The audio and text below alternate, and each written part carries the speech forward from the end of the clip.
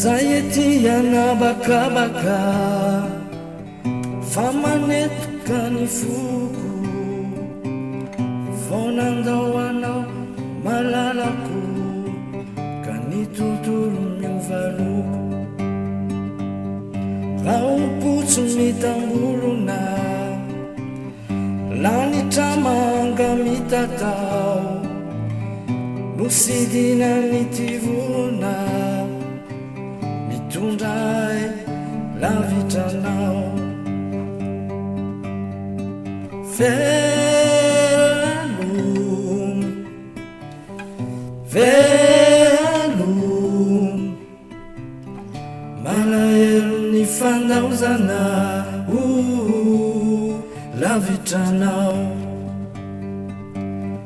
nosy maro ny vondrano tomanakora ety ambony tsy mba tsapany fandroany ny foko tsy mba mety hotono io lay tananako eny tazako efa miandry ahy ny saiko sisa no manjehy andro iaonatsika indray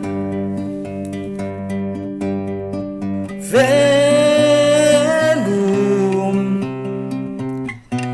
velom malahelo ny fandaozana lavitranao malahelo ny fandaozana lavitranao